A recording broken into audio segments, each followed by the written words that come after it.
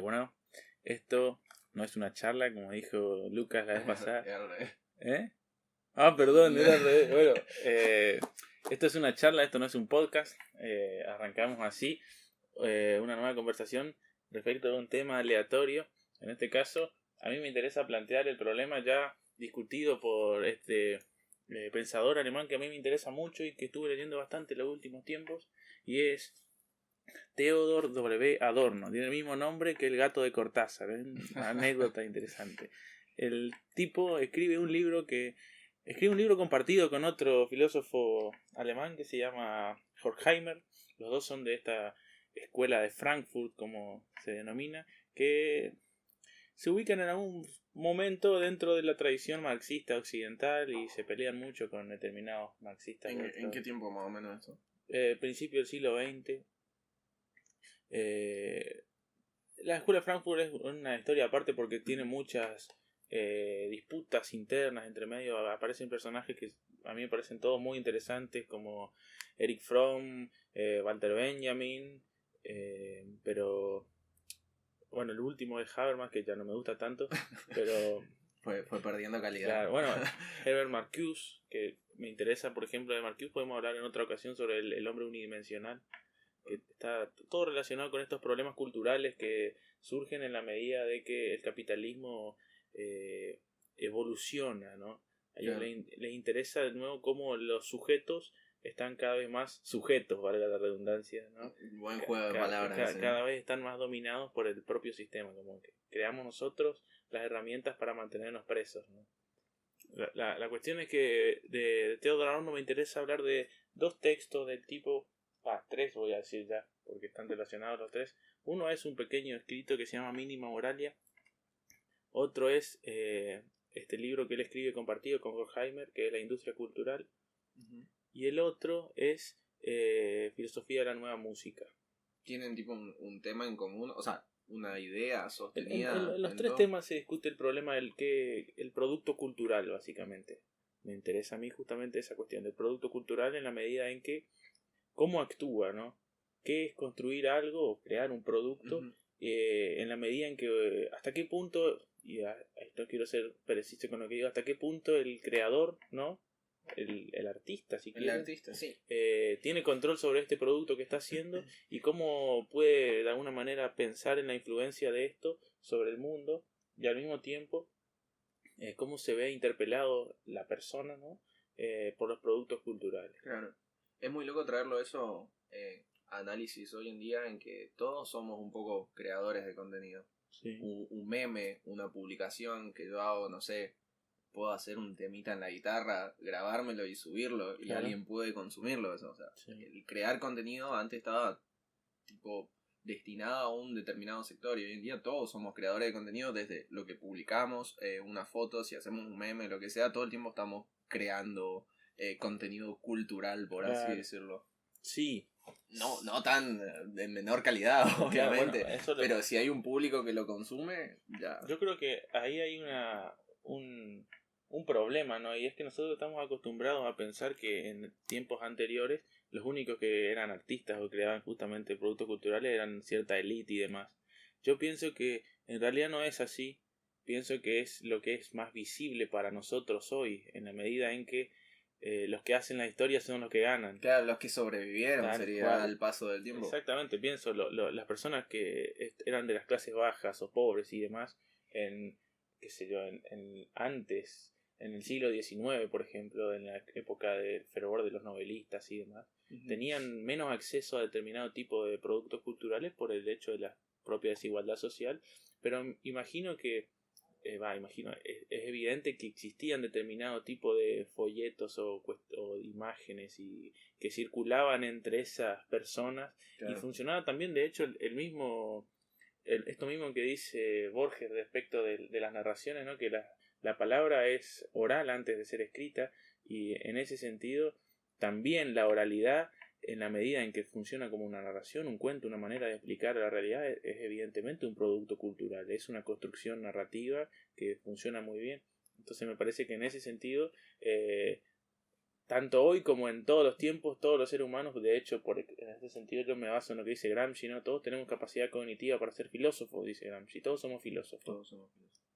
Ahora, con que dice que todos somos filósofos no se refiere a el hecho de que todos actuamos como filósofos, en primer lugar porque no tenemos todos el mismo lugar social y tenemos la misma aceptación y demás, pero en segundo lugar porque no todos nos planteamos la vida en un sentido crítico.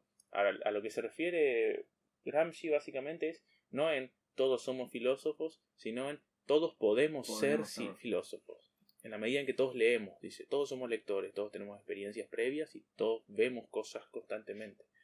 Ahora, es evidentemente cierto lo que plantea Adorno en el sentido de que en el origen del capitalismo los productos culturales, que eran los más visibles, los más que evidentemente circulaban en una suerte de élite de la época, tenían ciertas características y necesitaban de un trabajo pormenorizado, una producción que llevaba mucho tiempo y hoy por hoy, esta es la crítica de Adorno, el producto cultural se ha banalizado y se ha expandido de tal manera que lo que él plantea hay una nivelización hacia abajo de alguna manera. O sea, y el principal problema es, Adorno vive la época del auge de la televisión. Para él justamente la televisión y un cambio total en todo lo que venía haciendo productos. También esto lo que decía, que las cosas para que llegaran a cierto público o para que se hicieran masivas o virales, si usamos el término que se usa ahora, antes tenían que ser muy buenas. Claro. Pero eso también se puede ver a que había muchas producciones. Entonces, para que una destaque o adquiera la posibilidad de perdurar un poco más en el tiempo, tenía que ser muy buena. Claro. A mí me interesa también la cuestión de que en esa época tenían otros tiempos, o sea, la vida no era tan veloz como ahora, o sea, en algún punto la velocidad que adquiere propiamente por las mismas características que tiene el modo de acumulación capitalista, que todo el tiempo necesita producir más para obtener más ganancias y demás, para expandirse aún más, y de pronto tenemos cada vez más productos que necesitan amortizarse más rápido para poder vender más y demás, y no tiene un interés en lo que vendría a ser lo que Marx llama el valor de uso, sino simplemente en la idea del valor de cambio en todo caso. Claro. Ahora, genera una velocidad que al sujeto le hace por lo menos más dificultoso la idea de abstraerse en cierto momento y crear algo que evidentemente para hacer algo que sea tan genial, supongamos lo que vendrían a ser las composiciones clásicas de los músicos, necesitan tiempo. Necesitan tiempo. Las cosas para determinada lectura necesitas tiempo, no puedes absorberlas tan rápido. Y te dejo una picando porque ayer vos me estabas comentando esto de que decía de Dolina acerca de qué es lo que quiere la gente. ¿Qué era lo que decía eso? Que a la gente le gustaría haber leído, pero no quiere leer. Entonces él tiene todo una especie de teoría a favor de eso, de que a la gente le gustaría comentar con sus amistades que si leíste tal libro, sí, lo leí, y charlar un poco de ese libro. Pero nadie quiere bancarse de estar un mes, 2 meses, ahí medio desvelado, por ahí sin entender algunas palabras o un lenguaje distinto. Entonces la gente quiere el resultado, no quiere ese proceso. Y justamente lo que vos decías del tiempo de maduración mismo de las obras, también incluido en ese tiempo de maduración está el tiempo de formación del tipo. O sea, un tipo para ser un buen músico le lleva básicamente toda la vida.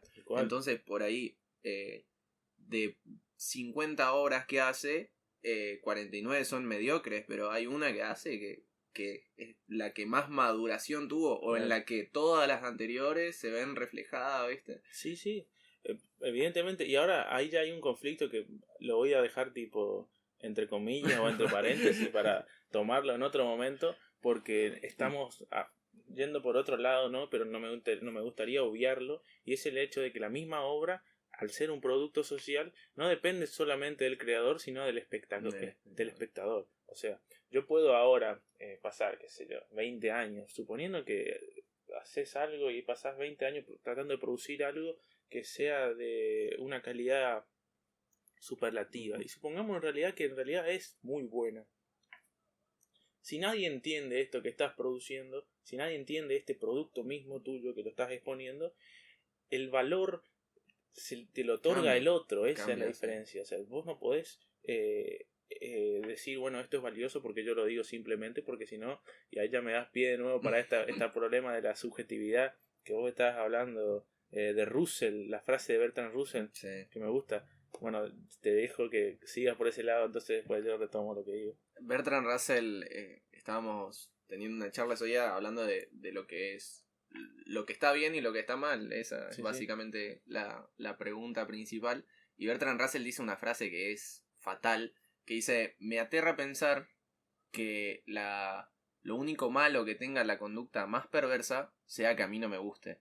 Es decir, que lo único malo que tenga, no sé, torturar a una persona sea que a mí no me guste, y que haya todo un contexto que lo avale, lo apruebe y que sea relativo a eso. Claro. Es lo que hablábamos, matar a un hombre está mal. Bueno, pero si ese hombre te iba a matar a vos, bueno, está bien, ¿viste? Entonces, cuando eso se vuelve relativo, ya pierde el sentido. Tal cual. Bueno, te tomo esta línea porque a mí lo que me interesa en este caso respecto de que las obras, los productos son obviamente sociales, es el hecho de que hay que para mí, esta es una hipótesis mía, de muchos otros, ¿no? Pero hay que luchar contra la individualización exacerbada y la creencia estúpida de que el individuo se salva solo, o de que la inteligencia es de uno y no en torno a un grupo. Claro. ¿Por qué? Porque nosotros aprendemos en relación a otro. El aprendizaje siempre es mutuo, es a partir de nuestras experiencias. O sea, mi experiencia con el mundo, mi experiencia con una persona, mi experiencia con la propia naturaleza que me responde, ¿no? Hay una ida y vuelta, es dialéctico esto.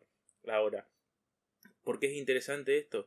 ¿Por qué? Porque si no, nosotros caemos en esta estupidez de nihilista, ¿no? De pensar, bueno, si yo me dedico a hacer algo genial, aunque todos digan que es una mierda, probablemente es realmente genial para mí. Claro. Que también no implica simplemente el hecho de que los otros siempre tengan razón. Acordate lo que decía Sartre. Sartre en esta otra obra de teatro que se llama Puerta Cerrada dice, se preocupan mucho por qué va a pasar, pero el infierno son nosotros. O sea, hay una tensión ahí, y me interesa eso, la tensión justamente entre el sujeto o el agente creador y esta respuesta que puede obtener de un público, que implica, tiene dos sentidos, porque por un lado viene la respuesta del público ante el producto creado, y por otro lado viene también otra cosa que a mí me interesa, y es la propia intención del que está produciendo algo, un producto cultural. ¿Qué es lo que busca del otro? Hay una búsqueda. Muchas veces leemos también o escuchamos decir la frase: era un adelantado de su tiempo. Sí. O sea, ¿cómo se aplicaría eso ahí?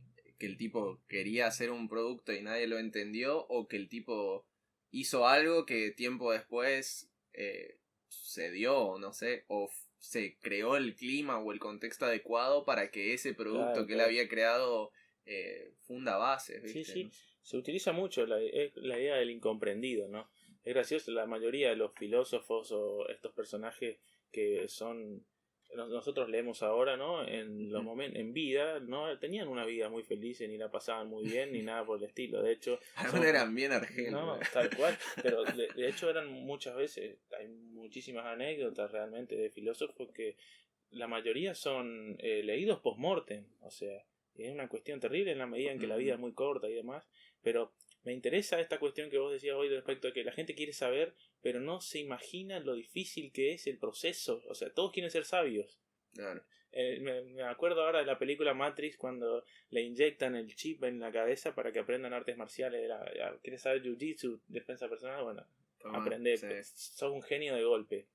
Y ese es el fetiche mismo. Esa es la cosa que a mí me interesa, lo plantea Adorno, siguiendo a Marx, y es la idea del fetiche, de que uno puede conseguir algo fácil y rápido y ser el mejor en algo sin esfuerzo alguno. Ahí me causa gracia porque hay un antropólogo y arqueólogo que se llama Marvin Harris, que tiene la teoría, es graciosa, ¿no?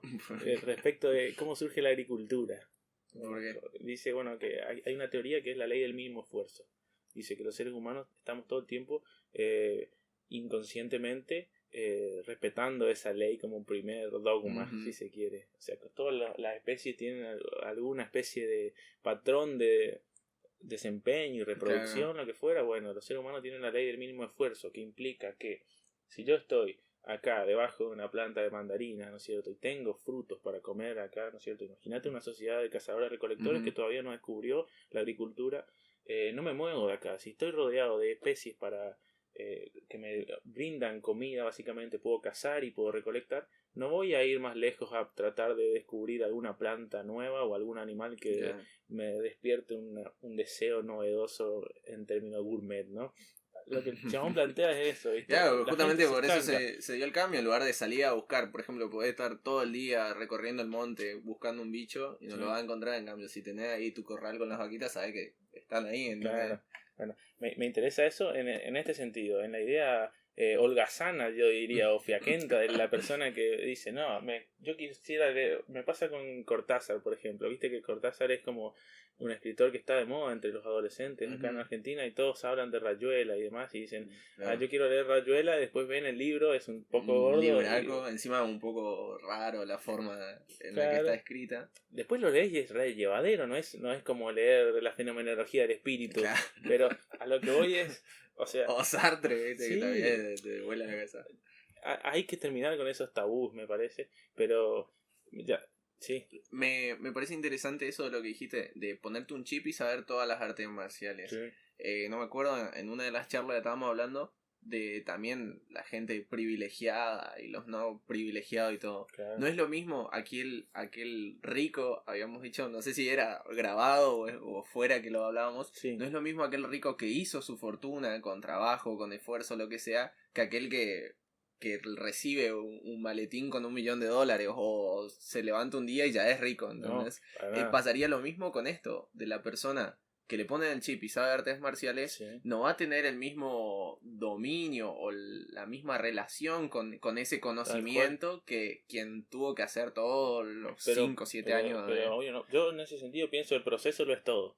En el sentido de que la valorización de la experiencia propia depende del esfuerzo que vos le pongas. Claro. Si yo te leo 2 páginas de algo y después te lo puedo escupir de memoria, no lo valoro igual que si hay otra persona que se lee esas 2 páginas y tiene que estar todo un año estudiándolas para repetirlas de memoria. Claro. O sea, todas las personas tenemos desempeños distintos de acuerdo a todo nuestro proceso de aprendizaje, que es absolutamente múltiple y hay demasiados elementos que conviven y que tensionan ese proceso. Estaba todo bien hasta que apareció Gardner y ahí dijo las inteligencias múltiples, ¿no?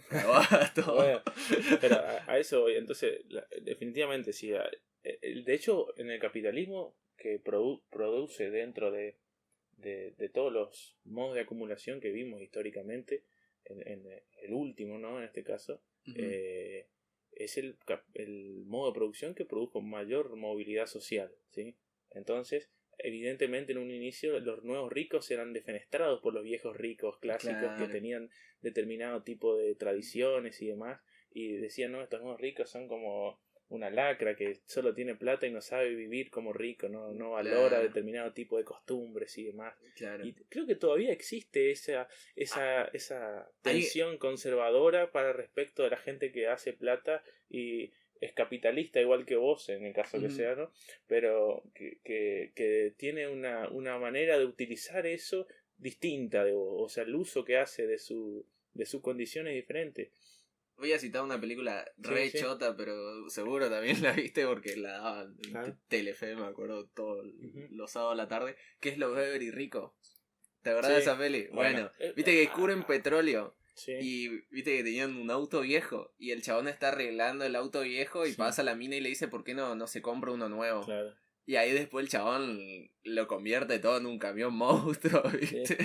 Y es como re burdo, ¿viste? Todo dice, mirá la chanchada que hizo. Pero básicamente es lo mismo. O sea, gastó un montón de plata en hacer esa poronga. O sea, es feo lo que quiera, pero... La estética es distinta. Es como cuando Homero tiene la posibilidad de hacerse un auto que gasta $1 millón gracias al nuevo hermano que le aparece y le dice, te voy a hacer el auto que vos quieras. El Homero móvil. Claro, hace el Homero móvil, que es el auto más caro del mundo y más feo en términos de estética, aerodinámica, lo que fuera, ¿no? Es horrible. Pero me interesa la figura del desclasado ahora que estábamos hablando de esto. Hay una película, digo esto porque la relación es múltiple, ¿no? El que le hace... voy a decir bullying, no es bullying en este caso, pero el que le hace bullying al nuevo rico en este caso no es simplemente el rico, sino los pobres también. O sea, el pobre, el clase baja, prefiere al amo viejo antes que al amo nuevo en determinado aspecto. ¿Viste la peli esta, El Gran Gatsby? Sí. El mayordomo que es de Gatsby. No, El Gran Gatsby, dije nada que ver, perdón. Django. Me confundí porque Leonardo DiCaprio actúa en las dos. Claro. Django sin cadenas. Estaba pensando que en Gatsby no había. No. Es Django sin cadenas o desencadenado, no sé cómo es la traducción. Samuel L. Jackson hace el mayordomo de Leonardo DiCaprio. Que es un negro garca. Claro, lo primero que piensa es que le odia directamente al negro que viene siendo libre y que tiene una mirada de negro libre. O sea, este negro esclavo es como el esclavo privilegiado. Y le trata muy mal a los demás negros esclavos porque es un esclavo que está viviendo en la casa del señor. Y hay una relación que me parece... Bueno, primero Samuel L. Jackson actúa demasiado bien en esa película.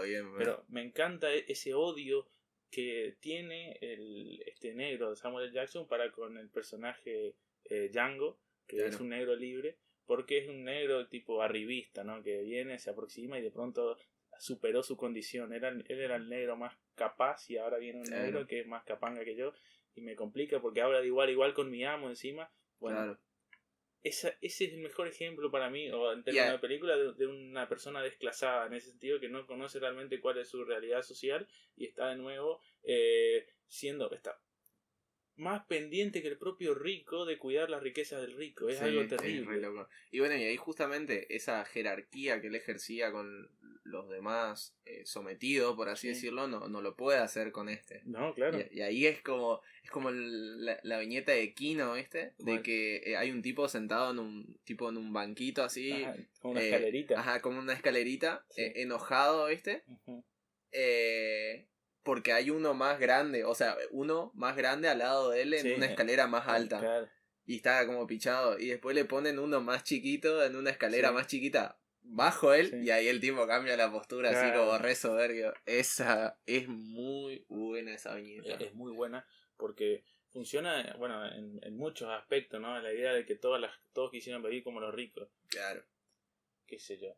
A mí me interesa en ese sentido la idea del desclasado con una frase que dice Nietzsche, algo de que el esclavo, están dos esclavos, ¿no es cierto?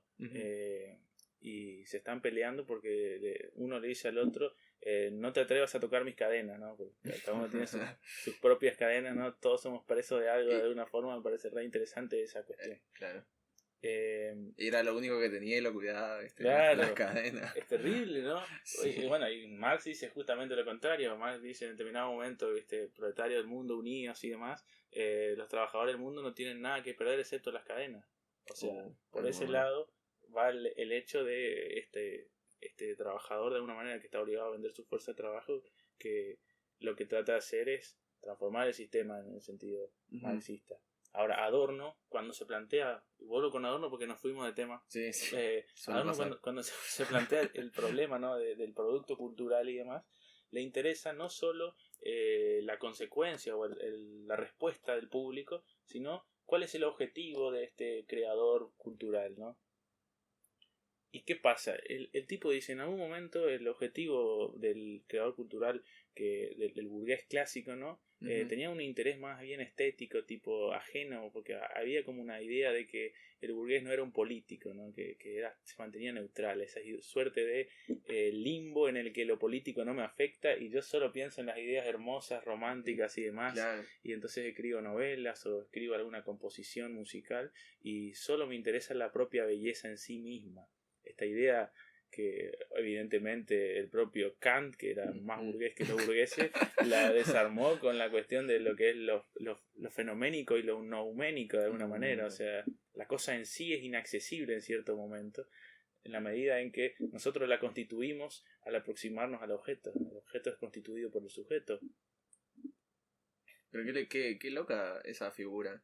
O sea, de como decir, yo vivo nomás, no me comprometo con nada. Claro. Yo disfruto la vida. Claro. No sé cómo podría ser. Para mí es una gran manera de disculparle por la enorme desigualdad del mundo. Nadie es apolítico realmente. Es la manera más fácil. Yo pienso que todas las personas que tienen poder, la mejor forma de sobrevivir en esas condiciones, sobreviven más fácil que los que no tienen poder, digo, pero claro. A lo que voy es salirse del foco, salirse del lugar, ¿no? O sea, nosotros no somos culpables de que el mundo sea así.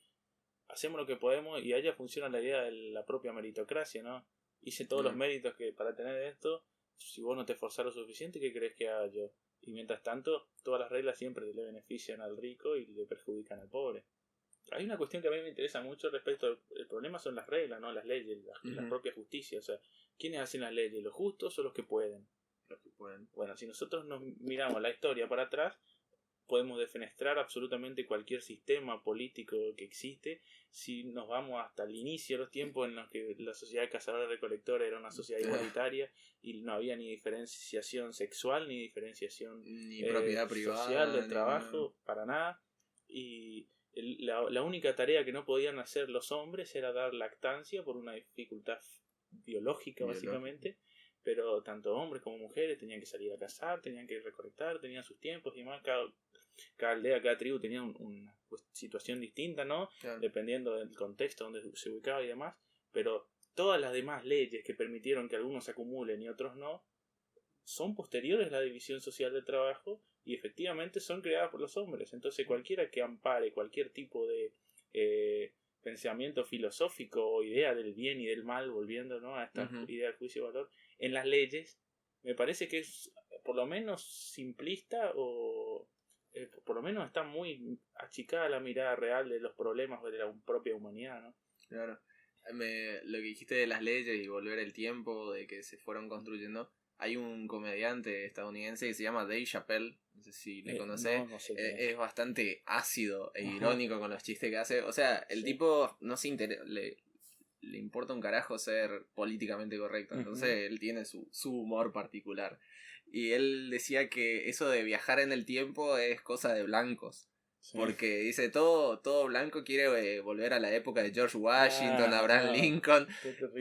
En cambio, viste, él que es negro, dice, si yo fuera allá, iba a decir, oh, negro, mira, ahí está Abraham Lincoln. ¿Dónde como para correr? ¿Viste? Porque justamente estaba todo este quilombo de la esclavitud y todo. No, vale, olvídate. Y bueno, y justamente alguien hizo eso, claro. O sea, alguien dictaminó decir, bueno, nosotros tenemos autoridad sobre estas personas, sí. y ahí tenemos quien los justos, los que pueden y obviamente claro. Los que podían.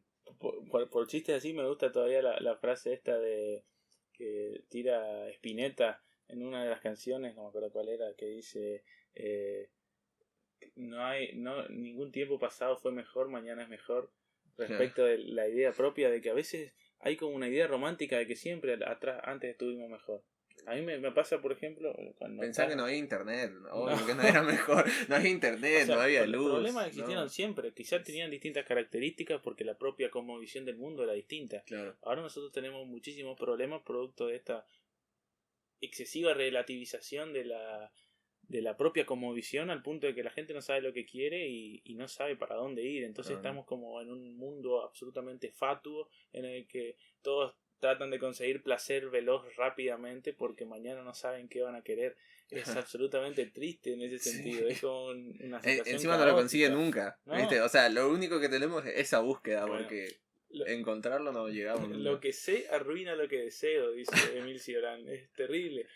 A lo que voy es, volviendo con Adorno, ¿no? Adorno dice, el capitalismo se encarga de que los productos culturales cada vez bajen de nivel de alguna manera.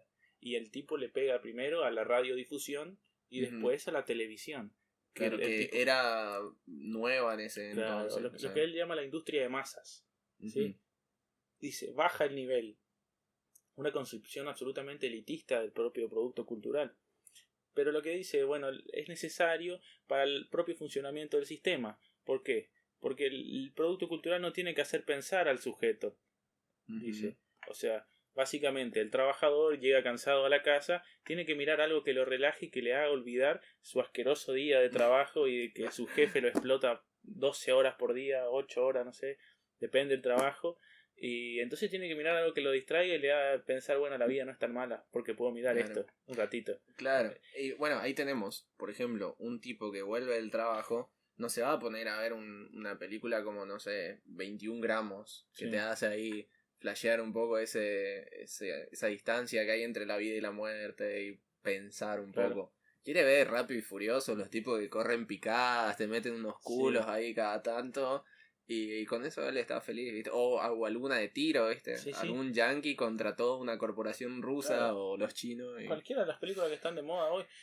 Me llama la atención el hecho de que yo siempre empecé a notar, en realidad en los últimos años que empecé a mirar muchas películas, el hecho de que toda la nueva industria del cine está haciendo absolutamente puros remakes o traen personajes y los transforman. Por ejemplo, ahora podríamos hablar del Joker, ¿no? Que es un personaje ya explotado millones de veces y que, si no me equivoco, se basa en este libro de Víctor Hugo, que tiene el libro que se llama El hombre que ríe. El hombre que ríe. Bueno, o sea, hablando, el Joker me pareció una película muy buena y me parece súper analizable, pero me refiero a que de pronto parece que la creatividad está un poco saturada en algunos aspectos. Estamos viendo muchas películas que son libros llevados al cine o reversiones de películas de los años 50. Lo que está haciendo Disney ahora de todo lo que era en 2D llevarlo a 3D, o sea, tal con cual. animación. Pero hay productos buenos, quizá América no lo está generando, o sea, digo, América como medio irónico porque ellos se llaman así, pero por ejemplo, la película que vimos, la coreana de Parasite, es tremenda, bueno. Es muy buena, o sea... esa película me gustó mucho. El cine está andando bien, pero por ejemplo lo que decíamos, lo que más vende es esto, ¿viste? Lo que no te haga pensar, lo que es rapidito, una peli. Lo mismo con los libros. Por ejemplo, ¿quién realmente, si vos querés tener problemas, si querés agarrar y entender un poco tu propia existencia, vas a leerlo a Hegel para leerlo a Lacan o algo por el estilo. Y bueno, después puedes pegarte un corchazo o hacer algo que quieras. Pero si vos querés seguir con tu vida, qué sé yo, vas a empezar a consumir esos miserables libros de autoayuda que son los que se venden. Claro. Y si te vas a una librería en las partes de filosofía y te encontrás con libros de autoayuda. Y no solo libros de autoayuda, estos libros que dicen ser de psicología, pero que en realidad son de autoayuda, básicamente. O que psicólogos dándote consejos, ¿no? Me parece una cosa asquerosa, pero a la gente le funciona porque la gente no quiere problemas. Y está tratando de buscar calmar un poco eso, ¿viste? Claro. Por ejemplo, me gusta mucho la frase que usa Adolfo Pérez Gay, que dice que las editoriales ahora trituran novedades. Bueno. Eso es muy loco.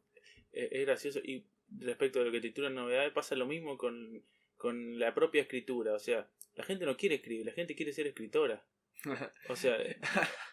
Me hizo acordar un chiste que dice Dolina, que como que cada vez hay, o sea, hoy en día hay más escritores que gente que lee. Sí. Y dijo, bueno, para mí sería una locura que en la feria del libro haya un stand con gente leyendo. Es muy bueno porque hay gente hablando de libros, ¿viste? Pero él dijo que le gustaría que haya un estante con gente leyendo, ¿viste? Que diga, mirá, para eso sirven estas cosas, ¿viste? Pero es gracioso, parece que se dio vuelta todo, ¿no? Por eso siempre es interesante, o es lindo acordarse de que Borges hacía referencia constantemente a que él se enorgullece. Exactamente, se enorgullece solo de los libros que leyó y de cómo lo leyó, y incluso era capaz de decir, me considero un buen lector, o por lo menos un lector justo, decía en determinado aspecto. Eso está bueno, ¿no? Porque es lo que cierta humildad necesaria, aunque sea camuflada. Quizá hay una especie de solapa bastante evidente ahí, ¿no? Igual lo hace lindo, a mí me da ternura. Lo hace más atractivo, porque, por ejemplo, una vez le leyeron un fragmento de un texto de él a Borges y él dijo, no está mal eso. Claro. Y me parece una buena forma de decir, che, qué capo que soy. Claro. Pero dice, no está mal. No. Evidentemente también, o sea, así como nosotros, todos estos personajes se construyen a sí mismos como personajes. Claro. Es lo que estábamos hablando la vez pasada. O sea, ninguno es inocente respecto de eso. Así como yo digo, todos nosotros tenemos o estamos en condiciones, porque el hecho de, eso es lo que me gusta de Gramsci. Si el tipo dice todos pueden ser filósofos, los interpela a todos por igual. O sea, como todos pueden ser conscientes, todos pueden ser conscientes, y esto te lo remarco absolutamente porque para mí lo esencial es generar conciencia. Claro. Todos pueden ser conscientes, todos son políticos, porque todos toman posición, aunque crean que son neutrales o quieran decirle al mundo, mirá, yo soy apolítico, yo soy neutral, yo no tomo posición de esto. Esa propia decisión es una toma de posición. Sí. Entonces, así como en todos los aspectos, nosotros acá hablando estamos tomando decisiones. Y me parece que la parte de la elección es central. Por eso a mí me gusta también otra frase que dice Spinetta en una de sus canciones, y es: todo siempre se podrá elegir. A pesar de que nosotros estamos absolutamente limitados por muchas cuestiones. Primero por el lugar que ocupamos socialmente, en la medida en que no es lo mismo toda tu experiencia previa si naciste en determinado lugar y en determinadas condiciones y con determinadas oportunidades que si estuviste en otro. Y segundo, por todo lo que implica esa nube negra, esa sombra que tenemos que es el inconsciente, ¿no? Y que nos hace decir cosas y obviar otras y ignorar muchas, ¿no? Pero lo loco es justamente que elegir no hacer nada es tomar una elección. Tal cual. Y me hizo acordar, hay un libro ahí bastante raro que se llama Nada, justamente, de James Teller. Hay uno que es una nada de Carmen Laforet que leí de James Teller, ¿no? Sí, ¿lo leíste? El del chico que decide no ir más a la escuela, no sé si terminaste, pero... ¿Cuál era ese?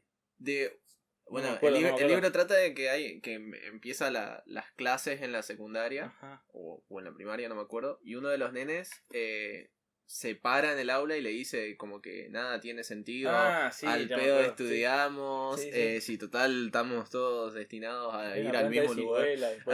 Y es bastante raro ese libro. Y bueno, y el chico decide no hacer nada.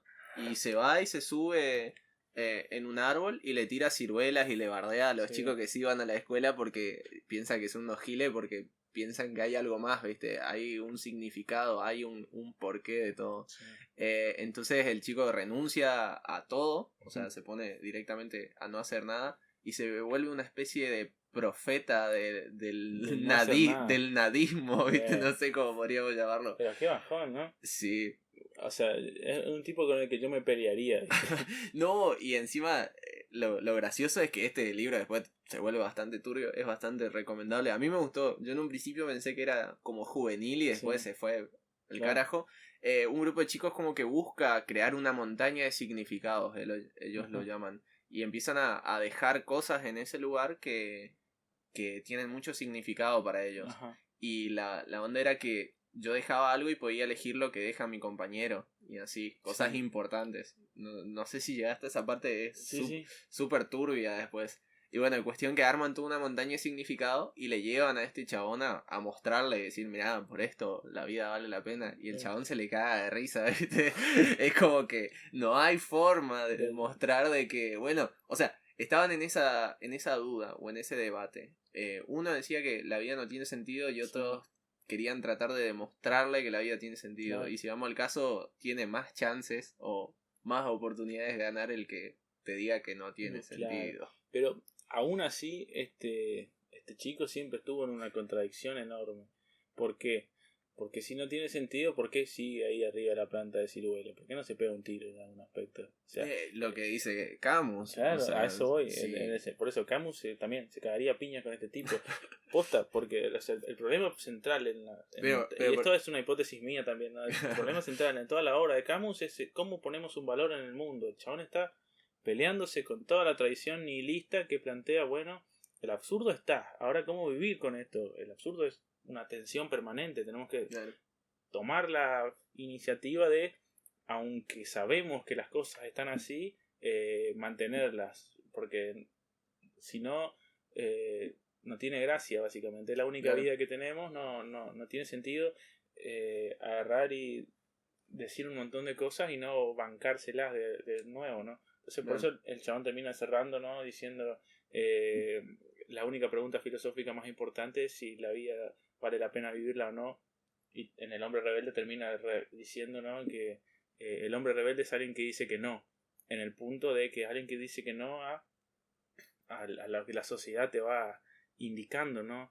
A la idea de que, qué sé yo, esa sería la rebeldía. Le dice que no al consuelo, básicamente, a estas ideas consolatorias que te permiten aceptar algo y no pensar. O sea, le dice que no al no pensamiento, a la fe, a la creencia, a todas estas cosas con las que se pelea el propio Nietzsche. Camus es muy lector de Nietzsche, ¿no? Claro, sí, lo cita constantemente, sí. Y bueno, y en el mito de Sísifo, que analiza a los tres filósofos incluido uno de ellos, Kierkegaard, que es justamente uno de los temas también bastante central de Kierkegaard, de esta cuestión de si vale la pena o no vivir y de lo de la muerte y todas esas cuestiones. Sí, Kierkegaard tiene un problema con la angustia. O sea, si Camus habla del absurdo, Kierkegaard habla de la angustia. Y Kierkegaard es un tipo que a mí me parece interesante, por lo menos por la idea de la fe que tiene, ¿no? Él tiene la idea de que la fe debe ser un riesgo. O sea, en ese sentido es que Camus lo toma a Kierkegaard para pelearse con la idea de fe de Kierkegaard, que por lo menos es más interesante que toda la fe consolatoria que te brinda la iglesia, ¿no? En el sentido de que tiene que pasar algo porque no sabe, porque si no que todos nos morimos y quedamos como locos, así tipo hormigas, ¿no? Sí, pero creo que nos fuimos de nuevo de tema. Sí, nos fuimos de nuevo. Podríamos ir haciendo un cierre. Un cierre, sí. Lo que yo quería decir de Adorno era el hecho de el esfuerzo, ¿no? O sea, para producir algo que él dice, los productos culturales de antes viven más tiempo también porque llevan un trabajo diferente. O sea, es una idea elitista, pero por otro lado nosotros vemos, hoy por hoy, si escuchás música o la música que está de moda, que suena en la radio, o ves determinado tipo de películas, que también el producto cultural se amortiza muchísimo más rápido, en la medida en que surge un nuevo artista y dura 2 semanas y vos sabés que por lo que está produciendo todo más tipo, efímero, sí. No va a ser un Mozart o un, no sé, porque no está produciendo algo absolutamente diferente, novedoso y que de hecho pueda llegar a transformar el mundo. Claro. Y no estoy hablando de esta idea fetichista de nuevo de transformar, qué sé yo, quiero ser un personaje que sea reconocido por todos, sino por el mero acto de generar un cambio en el mundo. Y es algo re difícil y bueno, la atención respecto de cómo se puede producir esto es lo que le interesa a Adorno y lo que le interesa a la mayoría de la escuela de Frankfurt en ese sentido. Por eso el tipo se preocupa y tiene una lectura absolutamente pesimista de lo que él llama la industria cultural, ya la estamos viendo, ¿no? Porque plantea la idea de que el sujeto está, valga la redundancia, absolutamente sujetado y casi ya no hay un margen de agencia, ¿no? O sea, no me puedo despegar para ver qué está pasando. Claro, al punto de que tanta determinación está sobre tu cabeza que casi cada opción que vos elijas ya está premeditada por algo previo que está ahí funcionando como una especie de sistema de engranaje, ¿no? Claro. Es terrible. O sea, la línea la sigue, qué sé yo, por otro camino, obviamente, pero si leíste a Deleuze, ¿no? En el Anti-Edipo o en Mil Mesetas, él habla, ¿no? de esta cuestión terrible para el propio individuo. Lo que me interesa a mí es discutir, bueno, a partir de esto, voy a decir una mala palabra. Es gracioso porque, bueno, las malas palabras no existen, obviamente, pero los niños juegan con eso de las malas palabras, se les enseña a ellos claro. Estupideces. Bueno, me parece que es una estupidez centrarse en el individuo. El individuo solo no resuelve absolutamente nada porque el individuo es un producto social, histórico y cultural que está absolutamente determinado por una época y por un momento dado y por un lugar en el que vive y demás. Entonces, todas estas salidas absolutamente liberales y que dicen el individuo lo puede todo y cosas así, de nuevo son parte del problema. Es lo mismo que estos libros de autoayuda que te dicen be yourself, be happy, cosas por el estilo, ¿no? Bueno, yo estoy en contra de todo eso. y que usan la palabra amor para todo. Por ejemplo. Y cosas así. Claro. Pero nos estamos yendo un poco de tiempo, sí, pero está bueno eso, porque justamente toda esta nueva gama de productos de autoayuda, si se quiere decirse así, o de novelas de lectura rápida y que no te dejan nada, pero por lo menos te entretuvieron, aunque no sé qué tanto buscan para la lectura. Me parece que las películas están ocupando, o la serie esa, vos ves alguna serie que hacen 15 capítulos con guionistas que si lo juntaba todos los guionistas no llenan un estante de los libros que leyeron porque son muy malos los guiones que hacen. Me parece que justamente si estamos hablando de que todo es una construcción social, ese entretenimiento surge básicamente para saciar esa necesidad. Y ese es el producto que predomina. ¿Por qué? Porque es de fácil creación y de fácil consumo.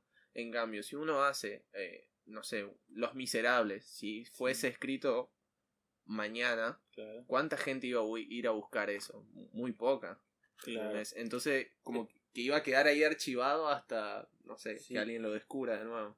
Voy a decir una frase que creo que dije la vez pasada, a mí me gusta, y es de Emma Goldman, y dice que una sociedad tiene los criminales que se merecen. Bueno, y respecto a algunos de estos son criminales, muy ladris son. Absolutamente, pero me refiero a que hay un problema con la idea de satisfacción de necesidades, porque se supone que las necesidades responden a determinados deseos, ¿no?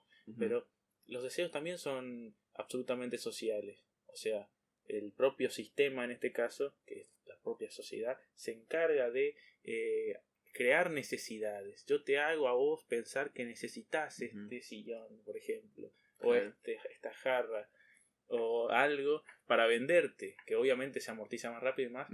Así funciona el fetiche. Marx lo explica de una manera muy clarita en el apartado 4 sobre la producción de mercancía, el fetichismo de las mercancías, ¿no? Del Capital, en el tomo 1. O sea, si alguien quiere leer el apartado 4, capítulo 4, tomo 1 del Capital, el fetichismo de la mercancía, explica perfectamente esto de cómo las mercancías, los productos que son, obviamente son productos sociales creados por los humanos, se nos enfrentan a nosotros como algo ajeno, y esto es lo que Marx llama justamente la enajenación, o sea, la negación en el sentido dialéctico, ¿no? La dialéctica para Hegel es la afirmación, negación de la negación. Marx lo lleva en otros términos. Bueno, en realidad no lo lleva a él en otros términos. Lo que hacen las traducciones son muy malos y lo transforman en otros términos, ¿no? Pero es la negación del ser humano en la medida en que esto que vos producís, cuando está en la esfera, lo producís en un sentido social, ¿no? Se te opone. Y se te opone y va en contra de tu vida misma. En la medida en que, bueno, estás creyendo que necesitas algo que no hay una necesidad real. El en sí no está ahí. Tenemos una versión más simplificada de eso, así como pasa de pienso luego existo, ¿viste? Que no es así. De esto sería que te venden un problema o te crean un problema para después venderte la solución. Lo podemos llevar a un sentido absolutamente terrible con lo que vendría a ser la industria farmacéutica, por ejemplo, y las enfermedades. Te enferman para venderte un medicamento. Lo de las enfermedades, nosotros podríamos hacer una charla sobre la teoría de la población de Malthus y hablar un poco de esas enfermedades raras que surgen de vez en cuando y que surgen siempre en países subdesarrollados. ¿Te acordás lo que fue el ébola? Bueno, lo cerramos acá porque anotalo porque siempre nos cuesta encontrar un punto. Pero es un gran ejemplo. Para cerrar, porque por eso era que elegí el tema sobre Adorno, es el problema de que nosotros en realidad, para poder tener un sentido crítico de la realidad y para poder pensar, ¿no? Críticamente, que pensar críticamente es hacer preguntas radicales del porqué de las cosas, o sea, el fundamento de por qué están pasando todas las cosas que están pasando. Son preguntas filosóficas, no preguntas superficiales. O sea, para eso necesitamos reflexionar, y para reflexionar nosotros necesitamos tiempo. No podemos pensar o suponer, mejor dicho, que de un día para el otro se nos van a ocurrir por qué funciona la sociedad de tal forma y tirar un montón de explicaciones y demás. De hecho, las explicaciones no nos sirven a nosotros, sino que lo que nos interesa son las preguntas. Y en ese sentido me interesa una frase que tiene un escritor que me gusta, que empecé a leer hace poco, que se llama Terry Pratchett. Es un escritor de libros de fantasía y demás. Tiene algunos libros de ciencia ficción también. Que el libro se llama Brujas de Viaje y dice lo siguiente respecto de esto de las certezas y que viene gente vendiéndote suertes de curas y recetas, ¿no? El tipo dice: no se puede andar por ahí construyendo un mundo lindo, bello para los demás. Las personas tienen que crearse un mundo lindo, bello para ellas. Si no, es simplemente una jaula. Se nos fue un Voldemort. Sí, no pasa nada. Voldemort. Sí, no pasa nada. Voldemort. Sí.